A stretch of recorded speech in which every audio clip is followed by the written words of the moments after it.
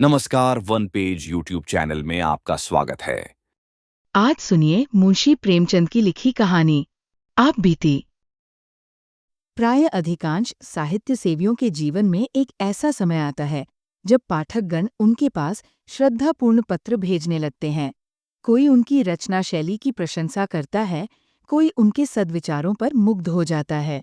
लेखक को भी कुछ दिनों से ये सौभाग्य प्राप्त है। ऐसे पत्रों को पढ़कर उसका हृदय कितना गदगद हो जाता है, इसे किसी साहित्य सेवी ही से पूछना चाहिए। अपने फटे कंबल पर बैठा हुआ वो गर्व और आत्मगौरव की लहरों में डूब जाता है। भूल जाता है कि रात को गीली लकड़ी से भोजन पकाने के कारण सिर में कितना दर्द हो रहा था, खटमलों और मच्छरों ने रात भर कैसे नींद हराम कर दी थी। मैं भी कुछ हूँ, यह अहंकार उसे एक क्षण के लिए उन्मत्त बना देता है। पिछले साल सावन के महीने में मुझे एक ऐसा ही पत्र मिला। उसमें मेरी क्षुद्र रचनाओं की दिल खोलकर दाद दी गई थी। पत्र प्रेषक महोदय स्वयं एक अच्छे कवि थे। मैं उनकी कविताएं पत्रिकाओं में अक्सर देखा करता था। ये पत्र पढ़कर फूला न समाया। उसी वक्त जवाब लिखने बैठा। उस तरंग में जो कुछ लिख गया इस समय याद नहीं। इतना जरूर याद है कि पत्र आदि से अंत तक प्रेम के उद्गारों से भरा हुआ था। मैंने कभी कविता नहीं की और न कोई गद्य काव्य ही लिखा, पर भाषा को जितना संवार सकता था उतना संवारा।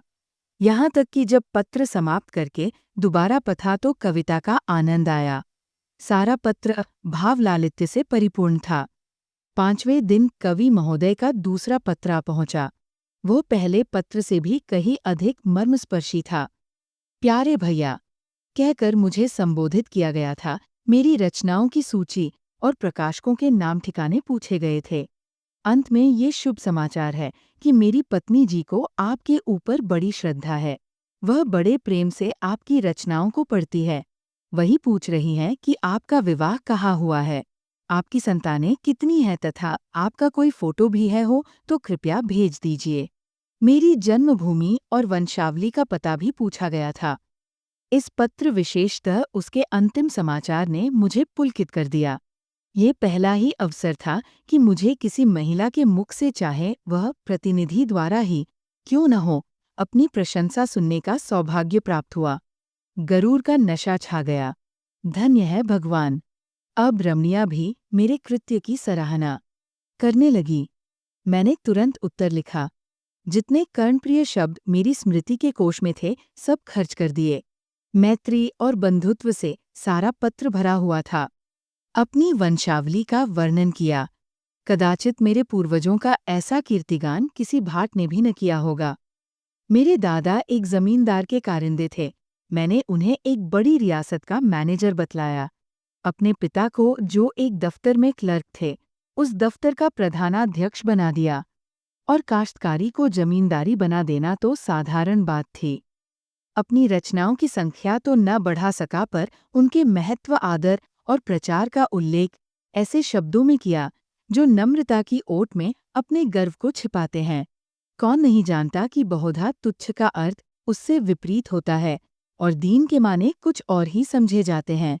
स्पष्ट से अपनी बड़ाई करना उच्छृंखलता है, मगर सांकेतिक शब्दों से आप इसी काम को बड़ी आसानी से पूरा कर सकते हैं। खैर, मेरा पत्र समाप्त हो गया और तत्क्षण लेटरबॉक्स के पेट में पहुंच गया। इसके बाद 2 सप्ताह तक कोई पत्र न आया। मैंने उस पत्र में अपनी गृहिणी की ओर से भी 2-4 समयोचित बातें लिख दी थी। आशा थी घनिष्ठता और भी घनिष्ठ होगी। कहीं कविता में मेरी प्रशंसा हो जाए तो क्या पूछना, फिर तो साहित्य संसार में मैं ही नजर आऊं। इस चुप्पी से कुछ निराशा होने लगी, लेकिन इस डर से कि कहीं कवि जी मुझे मतलबी अथवा सेंटिमेंटल न समझ ले, कोई पत्र न लिख सका। आश्विन का महीना था और तीसरा पहर। रामलीला की धूम मची हुई थी। मैं अपने एक मित्र के घर चला गया था। ताश की बाजी हो रही थी। सहसा एक महाशय मेरा नाम पूछते हुए आए और मेरे पास की कुर्सी पर बैठ गए। मेरा उनसे कभी का परिचय न था। सोच रहा था ये कौन आदमी है और यहाँ कैसे आया। यार, लोग उन महाशय की ओर देखकर आपस में इशारेबाजियां कर रहे थे। उनके आकार प्रकार में कुछ नवीनता अवश्य थी। श्यामवरण नाटा डील मुख पर चेचक के दाग, नंगा सिर बाल सवारे हुए, सिर्फ सादी कमीज, गले में फूलों की एक माला, पैर में फुल बूट और हाथ में एक मोटी सी पुस्तक। मैंने विस्मित होकर नाम पूछा। उत्तर मिला मुझे, उमापति नारायण कहते हैं। मैं उठकर उनके गले से लिपट गया। ये वही कवि महोदय थे जिनके कई प्रेमपत्र मुझे मिल चुके थे। कुशल समाचार पूछा, पान इलायची से खातिर की। फिर पूछा आपका आना कैसे हुआ। उन्होंने कहा हम कान पर चलिए तो सब वृत्तांत कहूंगा। मैं आपके घर गया था, वहां मालूम हुआ आप यहाँ हैं। पूछता हुआ चला आया। मैं उमापति जी के साथ घर चलने को उठ खड़ा हुआ। जब वो कमरे के बाहर निकल गए तो मेरे मित्र ने पूछा, है कौन साहब हैं? मैं, मेरे एक नए दोस्त है।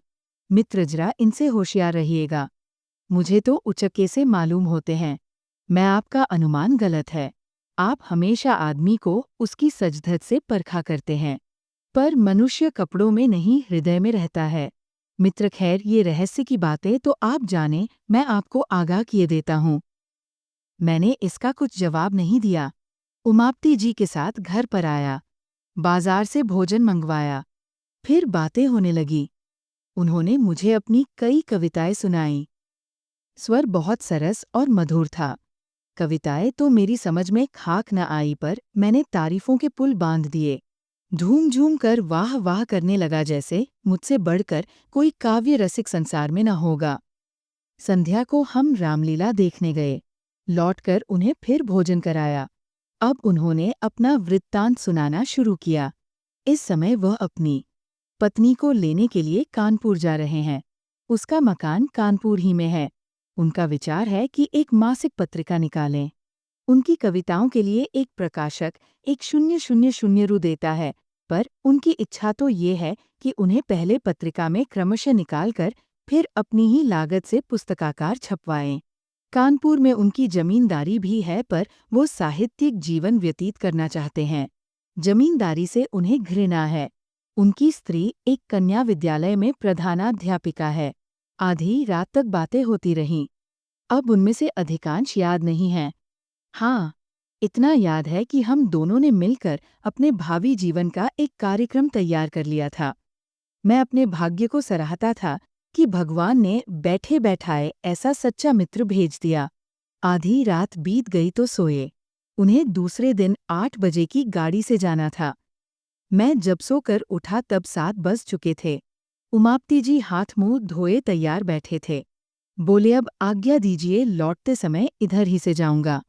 इस समय आपको कुछ कष्ट दे रहा हूं, क्षमा कीजिएगा। मैं कल चला तो प्रातःकाल के 4 बजे थे। 2 बजे रात से पड़ा जाग रहा था कि कहीं नींद न आ जाए, बल्कि यूँ समझिए कि सारी रात जागना पड़ा, क्योंकि चलने की चिंता लगी हुई थी। गाड़ी में बैठा तो झपकियाँ आने लगी। कोट उतार कर रख दिया और लेट गया, तुरंत नींद आ गई। मुगल सराय में नींद खुली, कोट गायब। नीचे ऊपर चारों तरफ देखा, कहीं पता नहीं। समझ गया किसी महाशय ने उड़ा दिया। सोने की सजा मिल गई। कोट में 50 रु खर्च के लिए रखे थे, वे भी उसके साथ उड़ गए। आप मुझे 50 रु दें। पत्नी को मैके से लाना है, कुछ कपड़े वगैरह ले जाने पड़ेंगे। फिर ससुराल में सैकड़ों तरह के नेकजोग लगने हैं। कदम कदम पर रुपए खर्च होते हैं। न खर्च कीजिए तो हंसी हो। मैं इधर से लौटूंगा तो देता जाऊंगा। मैं बड़े संकोच में पड़ गया। एक बार पहले भी धोखा खा चुका था। तुरंत भ्रम हुआ, कहीं अब की फिर वही दशा न हो। लेकिन शीघ्र ही मन के इस अविश्वास पर लज्जित हुआ। संसार में सभी मनुष्य ऐसे नहीं होते। ये बेचारे इतने सज्जन हैं, इस समय संकट में पड़ गए हैं और मिथ्या संदेह में पड़ा हुआ हूँ। घर में आकर पत्नी से कहा, तुम्हारे पास कुछ रुपए तो नहीं है, स्त्री क्या करोगे? मैं, मेरे मित्र जो कल आए हैं, उनके रुपए किसी ने गाड़ी में चुरा लिए। उन्हें बीवी को विदा कराने ससुराल जाना है, लौटती बार देते जाएंगे। पत्नी ने व्यंग्य करके कहा, तुम्हारे या जितने मित्र आते हैं, सब तुम्हें ठगने ही आते हैं, सभी संकट में पड़े रहते हैं। मेरे पास रुपए नहीं हैं। मैंने खुशामद करते हुए कहा, लाओ दे, 2 बेचारे तैयार खड़े हैं, गाड़ी छूट जाएगी। स्त्री का दो इस समय घर में रुपए नहीं हैं। मैं ये कह देना आसान नहीं है। इसका अर्थ तो ये है कि मैं दरिद्र ही नहीं मित्रहीन भी हूँ नहीं, तो क्या मेरे लिए 50 का इंतजाम न हो सकता? उमापति को कभी विश्वास न आएगा कि मेरे पास रुपए नहीं हैं। इससे तो कहीं अच्छा हो कि साफ साफ ये कह दिया जाए कि हमको आप पर भरोसा नहीं है, हम आपको रुपए नहीं दे सकते। कम से कम अपना पर्दा तो ढका रह जाएगा। श्रीमती ने झुंझलाकर संदूक की कुंजी मेरे आगे फेंक दी और कहा, तुम्हें जितना बहस करना आता है उतना कहीं आदमियों को परखना आता तो अब तक आदमी हो गए होते। ले जाओ, दे दो। किसी तरह तुम्हारी मर्जात तो बनी रहे, लेकिन उधार समझकर मत दो। ये समझ लो कि पानी में फेंके देते हैं। मुझे आम खाने से काम था, पेट गिनने से नहीं। चुपके से रुपए निकाले और लाकर उमापति को दे दिए। फिर लौटती बार आकर रुपए दे जाने का आश्वासन देकर वह चल दिए। 7वें दिन शाम को वो घर से लौट आए। उनकी पत्नी और पुत्री भी साथ थीं। मेरी पत्नी ने शक्कर और दही खिलाकर उनका स्वागत किया। मुंह दिखाई कि 20 रू दिए। उनकी पुत्री को भी मिठाई खाने को 2 रू दिए। मैंने समझा था उमापति आते ही आते मेरे रुपए गिनने लगेंगे, लेकिन उन्होंने पहर रात गए तक रुपयों का नाम भी नहीं लिया। जब मैं घर में सोने गया तो बीवी से कहा, इन्होंने तो रुपए नहीं दिए जी। पत्नी ने व्यंग्य से हंसकर कहा, तो क्या सचमुच तुम्हें आशा थी कि वो आते ही आते तुम्हारे हाथ में रुपए रख देंगे? मैंने तो तुमसे पहले ही कह दिया था कि फिर पाने की आशा से रुपए मत दो, यही समझ लो कि किसी मित्र को सहायतार्थ दे दिए। लेकिन तुम भी विचित्र आदमी हो। मैं लज्जित और चुप हो रहा। उमापति जी 2 दिन रहे। मेरी पत्नी उनका यथोचित आदर सत्कार करती रही, लेकिन मुझे उतना संतोष न था। मैं समझता था इन्होंने मुझे धोखा दिया। तीसरे दिन प्रातःकाल वह चलने को तैयार हुए। मुझे अब भी आशा थी कि वह रुपए देकर जाएंगे, लेकिन जब उनकी नई राम कहानी सुनी तो सन्नाटे में आ गया। वह अपना बिस्तर बांधते हुए बोले, बड़ा ही खेद है कि मैं अब की बार आपके रुपए न दे सका। बात यह है कि मकान पर पिताजी से भेंट ही नहीं हुई। वो तहसील वसूल करने गांव चले गए थे और मुझे इतना अवकाश न था कि गांव तक जाता। रेल का रास्ता नहीं है, बैलगाड़ियों पर जाना पड़ता है। इसीलिए मैं एक दिन मकान पर रहकर ससुराल चला गया। वहां सब रुपए खर्च हो गए। बिदाई के रुपए न मिल जाते तो यहाँ तक आना कठिन था। अब मेरे पास रेल का किराया तक नहीं है। आप मुझे 25 रू और दे दें, मैं वहां जाते ही भेज दूंगा।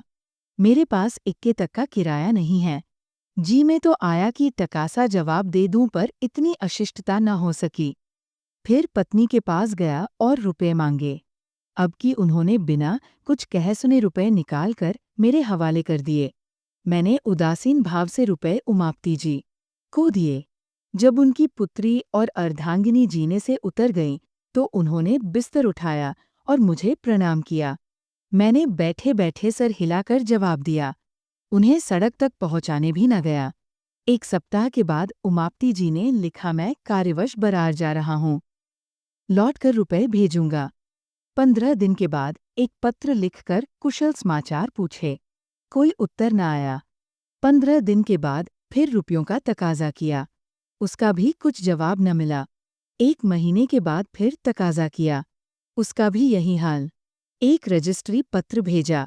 वह पहुंच गया, इसमें संदेह नहीं, लेकिन जवाब उसका भी न आया।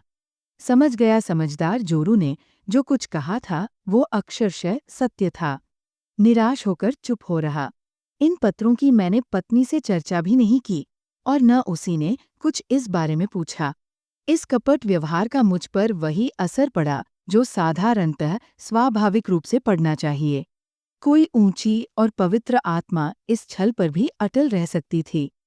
उसे ये समझकर संतोष हो सकता था कि मैंने अपने कर्तव्य को पूरा कर दिया। यदि ऋणी ने ऋण नहीं चुकाया तो मेरा क्या अपराध? पर मैं इतना उदार नहीं हूँ। यहाँ तो महीनों सिर खपाता हूँ, कलम घिसता हूँ, तब जाकर नगद नारायण के दर्शन होते हैं। इसी महीने की बात है। मेरे यंत्रलय में एक नया कंपोजिटर बिहार प्रांत से आया। काम में चतुर जान पड़ता था।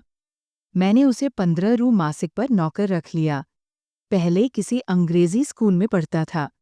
असहयोग के कारण पढ़ना छोड़ बैठा था। घर वालों ने किसी प्रकार की सहायता देने से इनकार किया। विवश होकर उसने जीविका के लिए ये पेशा अख्तियार कर लिया। कोई 17 से 18 वर्ष की उम्र थी। स्वभाव में गंभीरता थी। बातचीत बहुत सलीके से करता था। यहाँ आने के तीसरे दिन बुखार आने लगा। 2-4 दिन तो ज्यों-त्यों करके काटे, लेकिन जब बुखार न छूटा तो घबरा गया। घर की याद आई। और कुछ न सही घरवाले क्या दवा दर्पण भी न करेंगे। मेरे पास आकर बोला, महाशय मैं बीमार हो गया हूँ। आप कुछ रुपए दे दें तो घर चला जाऊं। वहां जाते ही रुपयों का प्रबंध करके भेज दूंगा। वो वास्तव में बीमार था। मैं उससे भली भांति परिचित था। ये भी जानता था कि यहाँ रहकर वो कभी स्वास्थ्य लाभ नहीं कर सकता। उसे सचमुच सहायता की जरूरत थी। पर मुझे शंका हुई कि कहीं ये भी रुपए हजम न कर जाए। जब एक विचारशील सुयोग्य विद्वान पुरुष धोखा दे सकता है, तो ऐसे अर्धशिक्षित नवयुवक से कैसे ये आशा की जाए कि वह अपने वचन का पालन करेगा। मैं कई मिनट तक घोर संकट में पड़ा रहा। अंत में बोला, भाई मुझे तुम्हारी दशा पर बहुत दुख है, मगर मैं इस समय कुछ न कर सकूंगा। बिल्कुल खाली हाथ हूँ। खेद है। ये कोरा जवाब सुनकर उसकी आंखों से आंसू गिरने लगे। वह बोला, आप चाहें तो कुछ न कुछ प्रबंध अवश्य कर सकते हैं। मैं जाते ही आपके रुपए भेज दूंगा। मैंने दिल में कहा, हाँ तुम्हारी नीयत साफ है, लेकिन घर पहुंचकर भी यही नीयत रहेगी। इसका क्या प्रमाण है नीयत साफ रहने पर भी मेरे रुपए दे सकोगे या नहीं, ये कौन जाने। कम से कम तुमसे वसूल करने का मेरे पास कोई साधन नहीं है। प्रकट में कहा, इसमें मुझे कोई संदेह नहीं है, लेकिन खेद है कि मेरे पास रुपए नहीं है। हाँ, तुम्हारी जितनी तनख्वाह निकलती हो वो ले सकते हो। उसने कुछ जवाब नहीं दिया, किंकर्तव्य विमूढ़ की तरह एक बार आकाश की ओर देखा और चला गया। मेरे हृदय में कठिन वेदना हुई। अपनी स्वार्थपरता पर ग्लानि हुई। पर अंत को मैंने जो निश्चय किया था उसी पर स्थिर रहा। इस विचार से मन को संतोष हो गया कि मैं ऐसा कहा का धनी हूँ जो यो रुपये पानी में फेंकता फिरूं। ये है उस कपट का परिणाम जो मेरे कवि मित्र ने मेरे साथ किया। मालूम नहीं आगे चलकर इस निर्बलता का क्या कुफल निकलता, पर सौभाग्य से उसकी नौबत न आई। ईश्वर को मुझे इस अपयश से बचाना मंजूर था। जब वो आंखों में आंसू भरे मेरे पास से चला तो कार्यालय के एक क्लर्क प पृथ्वीनाथ से उसकी भेंट हो गई।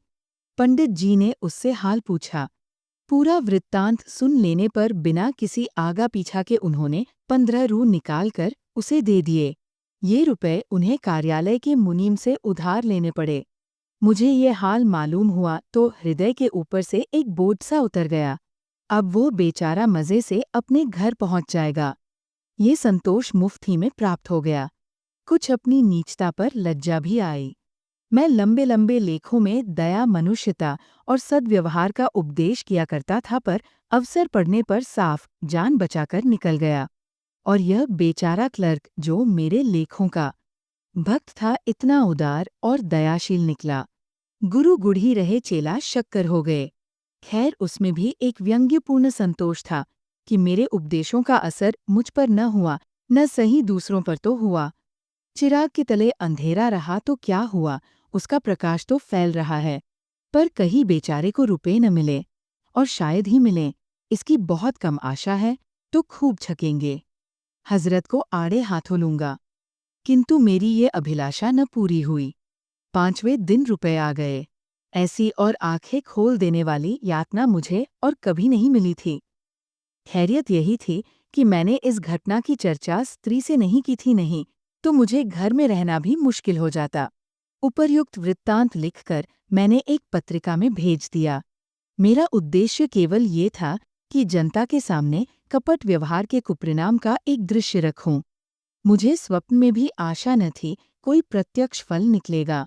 इसी से जब चौथे दिन अनायास मेरे पास 75 रू का मनी आर्डर पहुंचा तो मेरे आनंद की सीमा न रही। प्रेषक वही महाशय थे उमापति। कूपन पर केवल क्षमा लिखा हुआ था। मैंने रुपए ले जाकर पत्नी के हाथों में रख दिए और कूपन दिखलाया। उसने अनमने भाव से कहा, इन्हें ले जाकर यत्न से अपने संदूक में रखो। तुम ऐसे लोभी प्रकृति के मनुष्य हो, ये मुझे आज ज्ञात हुआ। थोड़े से रुपयों के लिए किसी के पीछे पंजे झाड़ कर पड़ जाना सज्जनता नहीं है। जब कोई शिक्षित और विनयशील मनुष्य अपने वचन का पालन न करे तो यही समझना चाहिए कि वह विवश है। विवश मनुष्य को बार बार तकाजों से लज्जित करना भलमनसी नहीं है। कोई मनुष्य जिसका सर्वथा नैतिक पतन नहीं हो गया है, यथाशक्ति किसी को धोखा नहीं देता। इन रुपयों को मैं तब तक अपने पास नहीं रखूंगी जब तक उमापति का कोई पत्र नहीं आ जाएगा कि क्यों रुपए भेजने में इतना विलंब हुआ। पर इस समय मैं ऐसी उदार बातें सुनने को तैयार न था। डूबा हुआ धन मिल गया, इसकी खुशी से फूला नहीं समाता था। अगर आपको यह कहानी पसंद आई तो सब्सक्राइब करें और बेल आइकन दबाएं। अपने सुझाव कमेंट बॉक्स में बताएं। अगली कहानी तक शब्दों की दुनिया में डूबे रहे। धन्यवाद।